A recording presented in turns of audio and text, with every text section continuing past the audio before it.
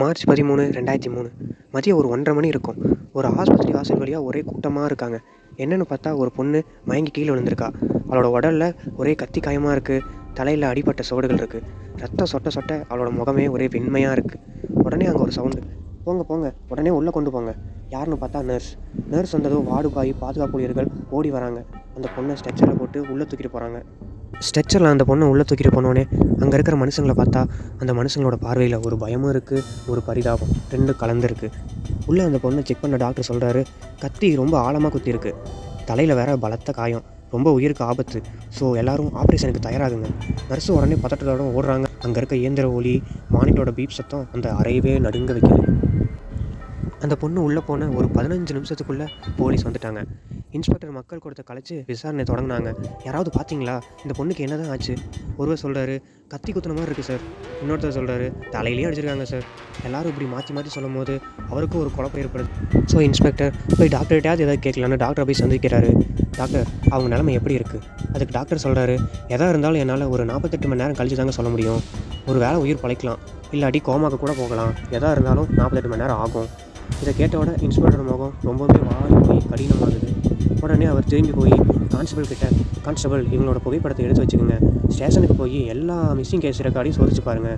யார் இந்த பெண்? ஏன் இவங்களை இப்படி கொல்ல நினச்சிருக்கிறாங்க? இவங்க நம்ம தான் கண்டுபிடிக்கணும். இதையெல்லாம் போயிட்டு இருக்கும்போது அந்த ஆஸ்பத்திரியின் சுவர்களுக்குள் மூச்சு விடும் ஒவ்வொரு நொடியும் அந்த பொண்ணோட மரணம் போராடி கொண்டு இருக்கிறது. யார் இந்த பெண்? இன்ஸ்பெக்டர் சொன்ன மாதிரி கான்ஸ்டபிள் ரெக்கார்ட்ஸ்லாம் செக் பண்ணிட்டு பக்கத்தில் இருக்கிற நியர்பை ஸ்டேஷனில் கொடுத்துட்டு போகிறாரு. அப்போ அங்கே ஒரு ஃபோன் அடிக்கிற சவுண்டு கேட்குது, ரிங் ரிங்குன்னு. Hello, inspector speaking.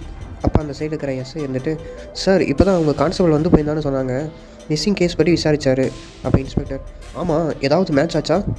எஸ்ஐ, ஆமாம் சார், 2 வாரத்துக்கு முன்னாடி ஒரு கேஸ் வந்தது. இந்த சேம் பொண்ணு தான் கயல். நான் பெர்சனல் ஒர்க்காக வெளியே இருந்ததால இப்போ தான் போட்டா பார்த்தேன். கேஸ் ஃபைலும் எக்ஸாக்ட் சேம் டீட்டெயில்ஸ் தான் சார் இருக்குது. இன்ஸ்பெக்டர், என்ன கேஸ்? எஸ்ஐ, வேளா ஏரியா ஷாப் ஓனர் கம்ப்ளைண்ட் கொடுத்தாரு. கையலங்க வேலை பார்த்ததான் ஒரு நாள் பணம் எடுத்துகிட்டு ஓடி போயிட்டாங்கன்னு கம்ப்ளைண்ட் கொடுத்தாங்க. அப்போ இன்ஸ்பெக்டர்கிட்ட ஒரு ஷார்ப் சைலன்ஸ். அப்போ எஸ்ஐ வந்துட்டு, சார் கையில் இன்னும் உயிரோடு தான் இருக்காளா? 48 மணி நேரம் ஆனால் தான் எதாக இருந்தாலும் சொல்ல முடியும். ஒரு வேளை உயிர் பழைக்கலாம், இல்லாட்டி கோமா கூட போயிடலான்னு சொன்னார். அப்போ 2 பேருமே சைலண்ட் ஆகிட்டாங்க. Again SI, sir incident public இடத்துல நடந்திருக்கு, மீடியாவுக்கு தெரியாமல் இருக்காது, ப்ரெஷர் ரொம்ப வரும் சார், கேஸ் அர்ஜென்ட்டாக க்ளோஸ் பண்ணணும். அப்போ இன்ஸ்பெக்டர், சார் நீங்கள் அந்த கேஸ் ரெக்கார்ட்ஸை முழுக்க காப்பி எடுத்து எனக்கு அனுப்பி வைங்க. இந்த கேஸை நான் டேக் ஓவர் பண்ண ஹையர் ஆஃபீஸர்கிட்ட பேசுகிறேன். கான்ஸ்டபிள் உட்காந்து நோட்ஸ் எடுத்து கொண்டு இருக்கிறாரு. அப்போ ஒரு நடுத்தர வயது ஷாப் ஓனர் வீராசாமி உள்ளே வராரு. இன்ஸ்பெக்டர் கூர்மையான பார்வை பார்த்து அவரோட பேச ஆரம்பிக்கிறாரு. இன்ஸ்பெக்டர், நீங்கள் தான் கம்ப்ளைண்ட் கொடுத்தவர் வீராசாமி தானே? வீராசாமி, ஆமாம் சார். இன்ஸ்பெக்டர், சரி நீங்கள் எங்கே கடை வச்சுருக்கீங்க? வீராசாமி, வேலைப்பகுதியில் சார், பலசரக்கு கடை. இன்ஸ்பெக்டர், அந்த பெண் கயல்விழி எப்போ வந்து வேலைக்கு சேர்ந்தாங்க? யாராவது பரிந்துரை பண்ணார்களா இல்லை தானாக வந்தாங்களா? வீராசாமி, ஒரு நாள் நான் கடையில் இருந்தப்போவே வேலைக்கு வேகன்சி இருக்கா என்று கேட்டுட்டு வந்தாங்க சார். ரொம்ப கஷ்டப்படுற ஃபேமிலி, ஏதாவது வேலை கொடுத்தா என் வேலைக்கே பார்த்துக்கிறேன்னு சொல்லி கேட்டாங்க. அவங்க முகத்தில் இருந்த அந்த பாவத்தை பார்த்து வேலை கொடுத்துட்டேன். கடைசியில் இப்படி பண்ணணும்னு நான் நினச்சி கூட பார்க்கல சார். அப்போ இன்ஸ்பெக்டர், வேலைக்கு கையில் எப்போ சேர்ந்தாங்க? வீராசாமி, ஒரு 3 மாதம் இருக்குது சார். இன்ஸ்பெக்டர், திருட்டு சந்தேகமாக ஏதாவது பிரச்சனை ஏதாவது சிக்கினாங்களா? வீராசாமி, இல்லை சார், நல்ல வேலை பார்த்தாங்க, எப்போதுமே பார்க்க அடக்கமாக இருப்பாங்க, பாவம் ஃபேமிலி கஷ்டம் மாதிரி எப்போவுமே மனசில் ஒரு சுமையோடே இருப்பாங்க. இன்ஸ்பெக்டர், சரி அந்த சம்பவம் நடப்போ பணம் காணாமல் போன நாள் நீங்கள் ஏதாவது பர்சனலி கவனிச்சிங்களா? வீராசாமி, அந்த நாள் மதியத்தில் கவுண்டரில் ஒரு 50,000 குறைஞ்சிச்சு சார். கையல் மட்டும்தான் கடையில் இல்லை. அதுக்கு பிறகு அவளை நான் திரும்பவும் பார்க்கவே இல்லை. இன்ஸ்பெக்டர், கடையில் வேறு யாராவது வேலை பார்த்தாங்களா? வீராசாமி, இல்லை சார், 2 பசங்க இருக்காங்க, ஆனால் அவர்கள் நைட் டைமில் லோட்மேன் வண்டலையாச்சும் வைக்க ஹெல்ப் பண்ணுவாங்க சார். அந்த நாளும் வேலை முடிச்சுட்டு போயிட்டாங்க. இன்ஸ்பெக்டர், அந்த பசங்களோட ஸ்டேட்மெண்ட்டும் எடுக்கணும், நீங்கள் ஒரி பண்ணாதீங்க. ஆனால் ஒரு விஷயம், கைல்வெளி அட்ரஸ், ஃபேமிலி எந்த ரெஃபரன்ஸும் உங்களுக்கு தெரியலையா? வீராசாமி, இல்லை சார், அந்த டைம் எனக்கும் வேலைக்கு ஆள் தேவைப்பட்டுச்சு, வேலையும் அதிகமாக இருந்ததால் என்னால் சரியாக கூட அந்த பொண்ணுகிட்ட பேச முடியல. சரி, உங்கள் கடையில் கேமரா எதுவும் இல்லையா? அதுவும் இல்லாமல் கேஸ் கொடுத்த பிறகு அதுக்கப்புறம் ஒரு டைம் கூட நீங்கள் ஏன் செக் பண்ண வரல? அப்போ வீராசாமியோட முகத்தில் ஒரு வேர்வை, அப்படியே ஒரு பதட்டம். அது இல்லை சார், கேமரா ஒர்க் ஆகலை சார், அதுவும் இல்லாமல் வேலை அதிகமாக இருந்தது சார், அதான் வர முடியல இன்னும் அப்படியே வளர்றபடி வளர்னார். அப்போ இன்ஸ்பெக்டர் ஒரு சந்தேகம், பென்சிலை நோட் பேடில் தட்டினபடியே அந்த வீராசாமியோட முகத்தில் பார்த்து சீரியஸாக பார்த்துட்ருக்காரு. சரி நீங்கள் கிளம்பலாம், நான் எப்போ விசாரணை கூப்பிட்டாலும் நீங்கள் வரணும், நீங்கள் இப்போ கிளம்பிக்கிங்க அப்படின்னு சொல்கிறாரு. அப்படி சொன்ன உடனே இன்ஸ்பெக்டர் கான்ஸ்டபிளை பார்த்து கண்ணடிக்கிறாரு. நாளைக்கு அவனோட இடத்துக்கே போய் அவனை டீட்டெயிலாக க்ளோஸாக விசாரிங்க, அவனை நெருக்கமாக அண்டர்ஸ்டாண்ட் பண்ண ட்ரை பண்ணுங்கள் என்ன நம்ம இன்ஸ்பெக்டர் சொல்கிறாரு. அது கான்ஸ்டபிள், சார் நானும் அதே தான் சார் திங்க் பண்ணேன். அவன் சொல்கிற ஏதோ வார்த்தைகள் ஏதோ மிஸ்மேட்ச் இருக்குது. அந்த கையலுக்கு சிம்பதி காட்டுற மாதிரியே பேசினான், ஆனால் முகத்தில் ஒரு சஸ்பியஸ் ரியாக்ஷன் இருந்துச்சு. அதுக்கு இன்ஸ்பெக்டர், ஆமாம் எனக்கும் அதே டவுட்டு தான். நீங்கள் அவனோட டீட்டெயிலாம் கலெக்ட் பண்ணுங்கள். அவன் கடையை பற்றி விசாரிங்க. பழசா என்ன பிஸ்னஸ் பண்ணால் எல்லாத்தையும் நீங்கள் எடுத்து எனக்கு ஒரு ஃபைலாக பண்ணி வைங்க. அடுத்த நாள் காலையில் இன்ஸ்பெக்டர் நம்மளோட போலீஸ் ஸ்டேஷனுக்கு வராரு. அவரோட டேபிள் மேலே நிறைய ஃபைல் இருக்குது. உடனே கான்ஸ்டபிள், சார் இதுதான் சார் அவனோட பழைய ரெக்கார்டு. சார் வீராசாமியின் பெயர் இதுக்கு முன்னாடி 2 முறை கேஸ் ரெஜிஸ்டர் ஆயிருக்கு. ஒருத்தன் பணம் வாங்கிட்டு திரும்பி கொடுறேன்னு சொல்லி கேஸ் கொடுத்துருக்கான். இன்னொருத்தன் கடைக்காரனோட சண்டை போட்டிருக்கேன்னு கேஸ் கொடுத்துருக்கான். இன்ஸ்பெக்டர் உடனே கோவத்தோடு இருந்து அவனை சுற்றுவட்டத்தில் இருக்கிற ரிலேட்டிவ்ஸ் எல்லாம் ஃபுல்லாக விசாரிங்க. அவன் கடையில் வேலை செய்கிற பசங்கள்ட்ட விசாரிங்க. இன்னைக்கு இரவுக்குள்ளே அவன் முழு ரிப்போர்ட்டையும் எனக்கு ரெடி பண்ணி கொடுங்க. இன்னும் கான்ஸ்டபிள்கிட்ட சொல்கிறாரு. அதுக்கு கான்ஸ்டபிள், ஓகே சார், இன்னைக்கு இரவுக்குள்ளே முழு ரிப்போர்ட்டும் உங்களுக்கு ரெடி பண்ணி நான் தந்துடுறேன். உடனே இன்ஸ்பெக்டர் சிகரெட் பிடிச்சிட்டு ஜன்னல் வழியாக வெளியே பார்க்குறாரு. சூரியன் நிறைய மெல்லிசாக காற்று வீசுது. இன்ஸ்பெக்டர் மனசில் ஒரு கேள்வி, கையலுக்கு நடந்தது ஒரு சாதாரண சம்பவமா அல்லது வீராசாமி பின்னால் பெரிய இருண்ட உண்மை இருக்கிறதா? ஒரு ஃபோன் அடிக்குது. அது எஸ்ஐ செல்வம். சார் எது நடக்கணும்னு நினச்சோமோ அது இப்போ நடந்துச்சு சார். இன்ஸ்பெக்டர், என்ன நடந்துச்சு? என்ன செல்வம், என்ன நடந்துச்சு? சார் கையல் சம்மந்தப்பட்ட செய்தி மீடியாவுக்கு போயிடுச்சு சார். நான் உங்களுக்கு ஒரு வீடியோ அனுப்புகிறேன். அதில் என்ன கண்டக்ட்னா, பொதுவெளியில் பெண்ணுக்கு நடந்த கொடூரம், தூங்கும் போலீஸ். அதை கேட்டோன்னே இன்ஸ்பெக்டரோட முகம் அப்படியே செவந்து கோவத்தோட உச்சிக்கே போயிட்டாரு. இப்போ உண்மையாக வேகமாக கண்டுபிடிக்கணும் என்று அவர் மனசுக்குள்ளே சொல்லிக்கிட்டே இருக்கு. சரி செல்வம், இப்போ இன்ஃபர்மேஷனுக்கு நன்றி, மற்றதை நான் பார்த்துக்கிறேன் அப்படின்னு சொல்லிட்டு நம்மளோட இன்ஸ்பெக்டர் ஃபோனை வச்சுட்டாரு. நம்மளோட இன்ஸ்பெக்டர் இருக்க ஸ்டேஷனுக்கு நம்மளோட ஐஆர் ஆஃபீஸர் வராரு. வந்து இறங்கி நம்ம இன்ஸ்பெக்டரோட மேசையில் உட்காராரு. உட்காந்துட்டு பார்த்தா இன்ஸ்பெக்டரோட மேசையில் ஒரே ஃபைலாக குஞ்சு கிடக்கு. அதுக்கு நடுவில் கையிலோட கேஸ் ஃபைலும் இருக்குது. அதை எடுத்து நம்மளோட ஐஆர் ஆஃபீஸர் தன்னோட கூர்மையான பார்வையால் பார்க்குறாரு. உடனே இன்ஸ்பெக்டரையும் பார்க்குறாரு. என்னையா மீடியாக்காரன் வீடியோவில் போட்டு கீழே கிழிச்சிட்டு இருக்கான். 2 நாள் ஆச்சு கேஸ் ஓப்பன் பண்ணி, இன்னும் ஒருத்தனையும் பிடிக்கல. மேலேருந்து ப்ரெஷர் வேறு அதிகமாகிட்டே இருக்குது. உனக்கு இன்னும் 48 மணி நேரம் தான் டைமு. அதுக்குள்ளே கேஸ் க்ளோஸ் ஆகலை, அவ்வளோதான். உனக்கு சஸ்பென்ஷனோட ரெடியாக இருக்குது, வந்து வாங்கிட்டு போ. இந்த கேஸோட சீரியஸ்னஸ் தெரியாமல் இருக்க, சீக்கிரமாக முடிக்கிற வழியை பாருங்கள். ஆமாம், உன்னோட பேர் என்ன? அதுக்கு நம்ம இன்ஸ்பெக்டர் நிரஞ்சன் சார் என்று தலை குனிஞ்சிட்டே சொல்கிறாரு. அதுக்கு ஐஆர் ஆஃபீஸர், கேஸை டேக் ஓவர் பண்ணால் மட்டும் போதாது, அதை முடிச்சு காட்டணும். சரி கிளம்புங்க, கேஸை முடிச்சுட்டு வர வழியை பாருங்கள். இன்ஸ்பெக்டர் வெளியே வந்துட்டு தலை குனிஞ்சிட்டு ஒரே யோசனையாக இருக்கார். அப்போ ஒரு கால் வருது. யாருன்னு பார்த்தா நம்ம டாக்டர். நம்ம இன்ஸ்பெக்டர் எடுத்து, என்னாச்சு டாக்டர், ஏதாவது நமக்கு கேஸுக்கு ஏதாவது க்ளூ கிடச்சிருக்கான்னு கேட்குறாரு. அதுக்கு டாக்டர், சார் கையல் கேஸ் விஷயமா நான் உங்கள்கிட்ட பேசணும். கையல் இப்போ தான் லைட்டாக முடிச்சிருக்காங்க, நீங்கள் வந்து உடனே வந்து பார்க்கணும். என்ன டாக்டர், ஏதாவது நமக்கு கேஸுக்கு யூஸ் ஆகிற மாதிரி தான் இருக்கா? இல்லை சார், அவங்க கண் முழிக்கலை, ஆனால் யாரோ ஒருத்தரின் பேரை அடிக்கடி சொல்லிக்கிட்டே இருக்காங்க. நீங்கள் வந்தீங்கன்னா இந்த கேஸுக்கு ஒரு லீடு கிடைக்கும். இன்ஸ்பெக்டர் ஒரு ஆழமான மூச்சை விட்டுட்டு, ஓகே சார் நான் இப்பயே வரேன். இன்ஸ்பெக்டர் கிளம்பி உடனே ஹாஸ்பிட்டலுக்கு போகிறாரு. நம்ம இன்ஸ்பெக்டர் நிரஞ்சன் கையில் பார்க்குறதுக்கு இப்போ ஹாஸ்பிட்டலுக்கே வந்துட்டார். அவள் உயிருக்கும் மரணத்துக்கு நடுவில் போராடிட்டு இருக்கிறான். நம்ம டாக்டரை பார்க்குறாரு. அப்போ டாக்டர் இன்ஸ்பெக்டர் பார்த்து, சார் கையில் கிரிட்டிக்கலாக தான் இருக்காங்க, கான்ஷியஸ் வர்றதுக்கே கொஞ்சம் ஸ்ட்ரகிள் ஆகுது. அப்போ இன்ஸ்பெக்டர், டாக்டர் இப்போ கையில் நான் போய் பார்க்கலாமா? டாக்டர், அதுக்கு நீங்கள் போய் பாருங்கள், ஆனால் அவளை டிஸ்டர்ப் பண்ணாதீங்க. உள்ளே போய் நம்ம இன்ஸ்பெக்டர் கையில் பார்க்குறாரு. அப்போ கையிலோட வாய் லைட்டாக அசைஞ்சிட்டே இருக்குது. அவளோட வாய் ஒரு பெயரை மட்டும் முணுமுணுத்துட்டே இருக்குது. அது என்ன பெயர்னா ராஜ். நம்மளோட கையல் ராஜ் ராஜ் அப்படின்னு முணுமுணுத்துட்டே படுத்துட்டு இருக்கிறாங்க. அப்போ இன்ஸ்பெக்டர், ராஜா யார் கையல், உன்னை இந்த நிலைக்கு தள்ளியும் அவனா, உனக்கு அவனுக்கு என்ன தொடர்பு அப்படின்னு நம்மளோட கையில் பார்த்து கேட்டுகிட்டே இருக்காரு. அப்போ கையிலோட ப்ரீத் அதிகரிக்குது, ரொம்ப அதிகரிக்குது. ஆனால் அவனால் பதில் சொல்லவே முடியல. மெல்ல மயக்கமாக தான் இருக்கிறா அவள். அப்போ நம்ம டாக்டர், சாரி நிரஞ்சன், கையல் கோமாக்கு போயிட்டாங்க, மீண்டும் எப்போ விழிப்பாங்கன்னு சொல்ல முடியாது. 1 வாரம் ஆகலாம், 1 மாதம் ஆகலாம், சொல்ல முடியாது, 1 வருஷம் கூட ஆகலாம். அப்போ இன்ஸ்பெக்டரோட கண்ணில் ஒரு கோபம், ஆனால் சொல்ல வார்த்தை இல்லை. அந்த ராஜ் என்ற பெயர் மட்டும் மனசில் ஒழிச்சிட்டே இருக்குது. இன்ஸ்பெக்டர், சரிங்க டாக்டர், இனிமேல் அவங்க ஏதாவது ரியாக்ஷன் இருந்தால் உடனே எனக்கு சொல்லுங்கள். Doctor, okay Niranjan. நம்மளோட ஹையர் ஆஃபீஸர் கொடுத்த வார்னிங்கில் இன்ஸ்பெக்டர் வேகமாக கேஸ் முடிக்க போராடிட்டு இருக்காரு. இந்த சமயத்தில் நம்மளோட கையிலும் கோமாக்கு போயிட்டாங்க. ஸோ இன்ஸ்பெக்டர் மறுபடியும் நம்ம ஸ்டேஷனுக்கே வராரு. நம்ம கான்ஸ்டபிள் இருக்கிற டீட்டெயில்ஸ்லாம் கலெக்ட் பண்ணிட்டு நம்ம இன்ஸ்பெக்டரை பார்க்க வராரு. வாயா கான்ஸ்டபிள், என்ன ஆச்சு, என்ன விசாரிச்ச நீ? கான்ஸ்டபிள், சார் அந்த வீராசாமி பெண்கள் விஷயத்தில் ரொம்பவுமே கேவலமானவன் சார். இதுக்கு முன்னாடி ஒரு பொண்ணு வேலை பார்த்துருக்கு, இதே மாதிரி அந்த பொண்ணை தவறாக நடந்திருக்கான், அது பெரிய கேஸ் ஆகிருக்கு. அதுக்கப்புறம் அவன் பணத்தெல்லாம் கொடுத்து சரி பண்ணியிருக்கான் சார். அது மட்டும் இல்லை சார், கடையில் வேலை பார்த்த அந்த 2 பேரையுமே விசாரித்த போது வீராசாமி காலையில் நல்லவன் மாதிரி தான் சார் இருக்கிறான், ஆனால் நைட் ஆகிடுச்சுன்னா குடிச்சிட்டு அவனுக்கு ஆம்பளையும் தெரிய மாட்டேங்குது, பொம்பளையும் தெரிய மாட்டேங்குது சார். அதுக்கு இன்ஸ்பெக்டர், சரி கையில் எப்போது அந்த இடத்துல வேலைக்கு சேர்ந்தாங்கன்னு தெரியுமா? கான்ஸ்டபிள், சார் ஒரு நாள் நல்ல போதையில் வீராசாமி வண்டி ஓட்டிட்டு ஆக்சிடென்ட் பண்ணிட்டான். அந்த டைம் தான் கையில் ஹாஸ்பிட்டலில் பார்த்துருக்கான். ஒரு நாள் முழுக்க அவங்களை கவனிச்சிருக்காங்க. அப்புறம் சார் வீராசாமி மனைவி குழந்தைங்கன்னு யாருமே இல்லை. வீராசாமி அவளை பற்றி பசங்கள்ட்ட ஏதாவது சொல்லியிருக்கானா? கான்ஸ்டபிள், சார் அந்த பொண்ணு பாவம் சார், நல்ல பொண்ணு தான், ஆனால் வீராசாமி எப்போவுமே அவளை கெட்ட கண்ணோட்டத்தில் தான் பார்த்துருக்கான். அதுக்கப்புறம் சார் அந்த பொண்ணு அவனோட இடத்துல தான் தங்கியிருந்தாலாம். இன்ஸ்பெக்டர், என்னையா சொல்கிற, அவனோட இடத்துலையா? அப்போ அந்த பொண்ணு வாழ்க்கையே நாசமாக போயிருக்குமேயா?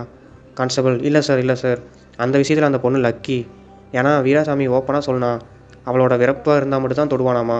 அந்த பொண்ணு உயிரை காப்பாற்றினால அந்த பொண்ணை மட்டும் எதுவுமே பண்ணாமல் வச்சுருக்கான். நம்ம இன்ஸ்பெக்டர் கான்ஸ்டபிள்கிட்ட சொல்லி வீராசாமியை ஸ்டேஷனுக்கு வர சொல்கிறாரு. இதை வீராசாமி கேட்டுட்டு ஸ்டேஷனுக்கு வரான். அப்போ நம்ம கோபத்தோடு இருந்த இன்ஸ்பெக்டர் வீராசாமியை பார்த்து, சொல்லு வீராசாமி, கையில் கத்தியால் குத்துனது நீ தானே, கொலை செய்ய முயற்சி செஞ்சது நீ தானே, உண்மையை சொல்லு. அதுக்கு வீராசாமி அழுதுகிட்டு, சார் என்ன சொல்கிறீங்க, நான் கையில் கொலை செய்ய முயற்சி செஞ்சேனா? என்னால் அப்படி எதுவுமே நடக்கலை சார், யாரோ வந்து என் மேலே தப்பாக சொல்லியிருக்காங்க, அதை நீங்கள் நம்பாதீங்க. உடனே இன்ஸ்பெக்டர் இன்னும் கோபம் அதிகமாகி, கான்ஸ்டபிள் இவனை லாக்கப்புள்ளே போட்டு விசாரிங்க, உண்மையை சொன்னானா தப்பிச்சான், இல்லைனா சாகிற வரைக்கும் அவனை லத்தியால் அடிங்க. கான்ஸ்டபிள் வீராசாமியை வேக வேகமாக உள்ளே தள்ளி இன்ஸ்பெக்டர்கிட்ட லத்தியை கொடுக்குறாரு. இன்ஸ்பெக்டர் லத்தியோடு உள்ளே செஞ்சு போட்டு அடிக்க ஸ்டார்ட் பண்ணுறாரு. வீராசாமியை அப்படியே அழுதுகிட்டே நடுங்கிறான். ஐயோ சார் விடுங்க சார் விடுங்க சார், என்னால் வலி தாங்க முடியல சார், நான் உண்மையை சொல்லிடுறேன் சார், விடுங்க சார் அப்படின்னு சொல்கிறான். உடனே இன்ஸ்பெக்டர் அடிக்கிறத நிறுத்துறாரு. சொல்லு, கையிலுக்கு என்ன பண்ண, எதுக்காக அவளை குத்தின, உண்மையை மறைக்காமல் ஃபுல்லாக சொல்லு. வீராசாமி அழுது கொண்டே மூச்சு வாங்குது அவனுக்கு. சார் அந்த பொண்ணு பணம் கேட்டு என்கிட்ட வந்துச்சு சார், நான் அவகிட்ட பொய்யா கேஸ் கொடுத்துருக்கேன், 50,000 எடுத்துகிட்டு போயிட்டேன்னு. ஆனால் அது உண்மை இல்லை. அன்றைக்கி நைட்டு ஒரு 11 மணி இருக்கும், அந்த பொண்ணு என்கிட்ட வந்து ஒரு 50,000 வேணும்னு கேட்டுச்சு.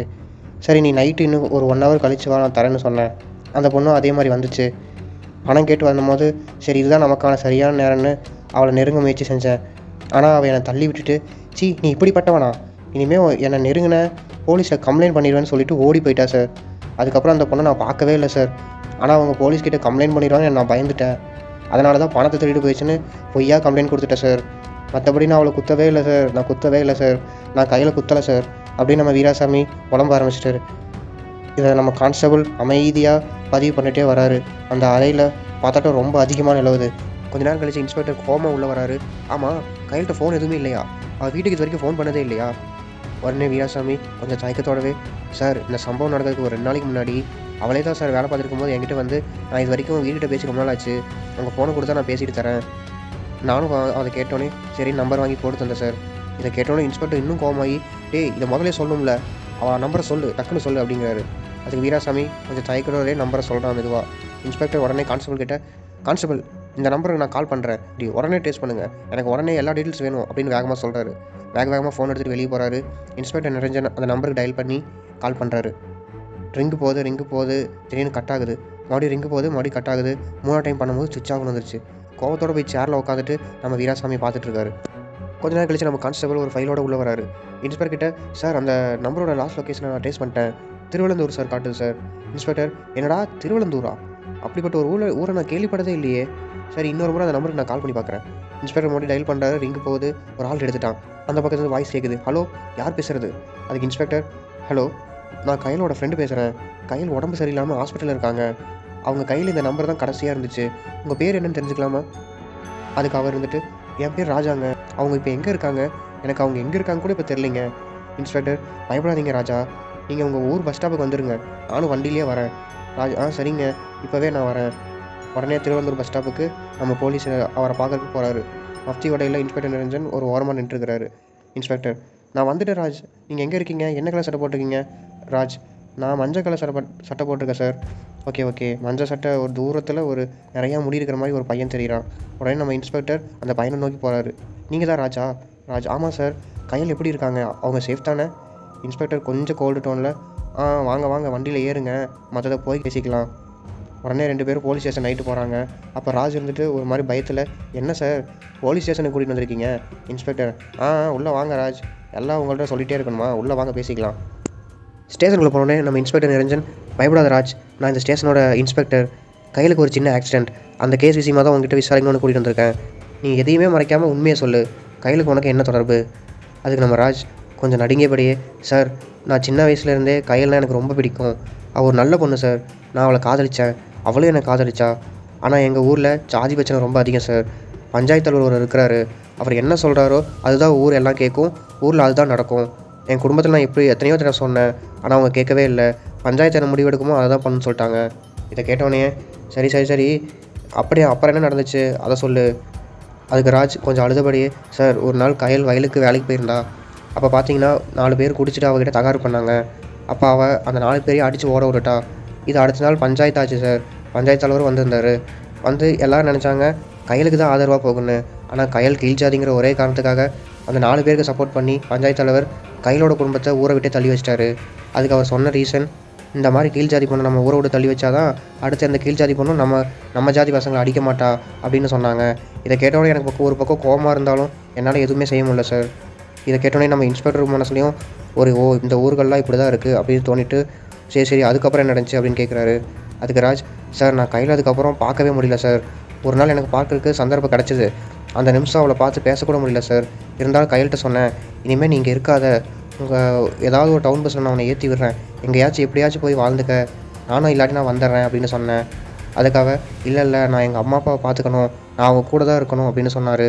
ஆனால் அந்த நாள் அதே சமயத்தில் இந்த பஞ்சாயத்து தலைவரும் அவரோட ஆசையை தீர்த்துக்க கையல்கிட்ட வந்தார் சார்.